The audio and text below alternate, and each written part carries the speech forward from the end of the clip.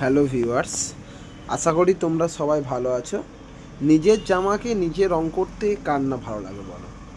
আশা করি আমিও ইউটিউবে অনেক ভিডিও দেখেছি, নিজেই ট্রাই করলাম। তোমাদেরকে আগে আমার পাক্কা রঙের গল্পটা বলেছিলাম, নিয়ে এসেছিলাম, সেটা তোমাদের দেখিয়েছিলাম। আজ চলো জামাটা কালার করব। জামাটা কালার করার জন্য দেখো, আমি প্রথমে তোমাদের প্রসেসটা দেখাচ্ছি। এটা আমি লং প্রসেসে একটা করে নিয়েছিলাম ভিডিও নিজে, আর ওখানে গ্লাস প্লাস সব দিয়েছিল, তোমাদেরকে আগে দেখেছি। এখানে গ্লাসটা অতটাও ভালো না।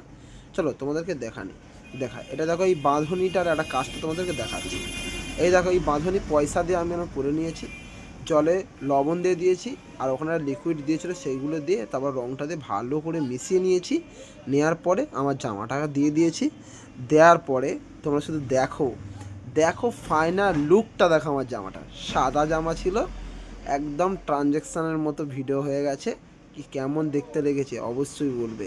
সাদা জামাটা নষ্ট হয়ে গেছিলো, কিন্তু সেটাকে আমি এইভাবেই তৈরি করা হয়েছে। থ্যাংক ইউ, ভালো থাকবে সবাই।